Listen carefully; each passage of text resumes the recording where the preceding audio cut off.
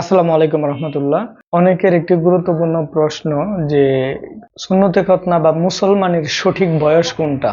এই প্রশ্নটি আমরা এত বেশি পরিমাণে পাচ্ছি যে স্যার আমার বাচ্চার বয়স তো এখন 2 বছর, কত বছর বয়সে খতনা করানো যায়? আমার বাচ্চার বয়স তো এখন 3 বছর, কত বছর বয়সে করানো যায়? তো সবার মধ্যে একটা কনফিউশন, আর এই কনফিউশনটা থাকাটাও স্বাভাবিক, কারণ মেডিকেল সায়েন্সে সুন্নতে খতনার সঠিক কোনো বয়স নির্ধারণ করে দেয়া বা এরকম কোনো আলোচনা আমাদের মেডিকেল সায়েন্সে নেই। কিন্তু আপনি যদি স্বাস্থ্য উপকারিতার কথা চিন্তা করেন, সেক্ষেত্রে ছোট সময় বাচ্চাদেরকে খতনা করিয়ে নেওয়া সর্বোত্তম। বাংলাদেশের প্রেক্ষাপটে 3 থেকে 4 বছরের ভিতরে খতনা করিয়ে নেন, এটা উত্তম। এটা কেন উত্তম? কারণ যত ছোট সময় আপনি করাবেন তত দুটা দিক দিয়ে আপনি উপকার পাবেন। নাম্বার ওয়ান হচ্ছে খতনার প্রতি শিশুর যে একটা ভয়, এই ভয়টা থাকবে না।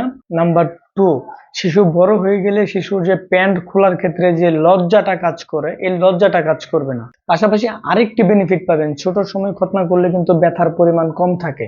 শিশুর যে ব্যথার যে সহ্য ক্ষমতা বা ব্যথা অনুভবের যে ফিলিংস, শিশুর যে আমরা কোনো জায়গায় পড়ে গেলাম ব্যথা পেলাম, আপনি খেয়াল করবেন যে ছোট বাবুরা কিন্তু পড়ে গেলে ব্যথা পায় না। এটা বিছানার থেকে পড়ে যাক, সোফার থেকে পড়ে যাক, খারাপ থেকে পড়ে যাক, হাঁটা চলার ক্ষেত্রে পড়ে যাক, খেলাধুলা করে গিয়ে পড়ে যাক, পড়ে গেলে কিন্তু ওরা পড়ে গেছে, পড়ে যাওয়ার সাথে সাথে দেখবেন যে ওরা উঠে দৌড়াচ্ছে। তার মানে কি, আঘাত কিন্তু পাচ্ছে কিন্তু সেই আঘাতটা ফিল করতে পারতেছে না। তো ছোট সময় যেটা হয় যে শিশুরা ব্যথাটা ফিল করার ক্ষমতাটা ওদের কম থাকে, ওরা ব্যথাটা ওইভাবে ফিল করতে পারে না। তো ব্যথা যদি ফিল করতে পারতো, খেয়াল করুন যে একটা শিশু যদি ব্যথা ফিল করতে পারতো, তাহলে সে যখন হাঁটাচলা করার সময় পড়ে যায়, এই পড়ে যাওয়ার আঘাতটা যদি ওর ব্রেনে থাকতো, তাহলে সে কখনো হাঁটতোই না। সে কখনো হাঁটার জন্য উঠে যাবার যে দৌড় দেয়, উঠে যাবার হাঁটার জন্য যে একটা ও যে চেষ্টা করে, চেষ্টাটা ওর ভিতরে জাগতো না। তার মানে আল্লাহ তাআলা প্রদত্ত এটা, এটা অলৌকিক একটা বিষয় যে ছোট সময় শিশুরা ব্যথা পেলে, পড়ে গেলে, বিভিন্নভাবে আঘাত পেলে ওই ব্যথাটা ওইভাবে তারা অনুভব করতে পারে না। এটা একটি চিরন্তন সত্য একটি বিষয়।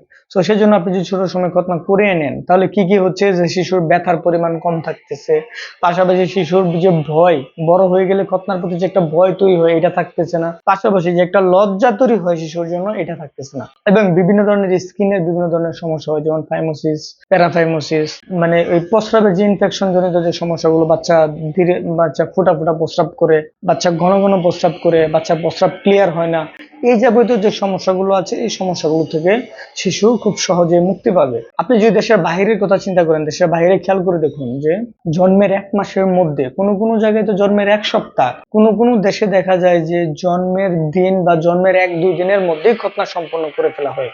কেন করে ফেলা হয়? কারণ তখন বাচ্চাদের ব্যথার যে অনুভূতি এটা থাকে না। আর খতনা যেহেতু করতেই হবে, খতনা যেহেতু এজ এ মুসলিম হিসাবে আমাদের জন্য বাধ্যতামূলক, তো অবশ্যই অবশ্যই জন্মের সাথে সাথে আপনি খতনা করায় নিতে পারেন বা একটু বড় হওয়ার পর করাতে পারেন। এটা নিয়ে টেনশনের কোনো কারণ নাই। তো ছোট সময় খতনা করে নিলে এই বেনিফিট গুলো আপনারা পাবেন। বাচ্চা একটু বয়সে বড় হয়ে গেলে আমরা দেখতে পাই যে বাচ্চা খতনা করতে চায় না, খতনা করানোর জন্য খুব কষ্ট করে, জোর করে রাজি করাইতে হয়, একটা ভয় তৈরি হয়, তাদের তারা প্যান্ট খুলতে চায় না।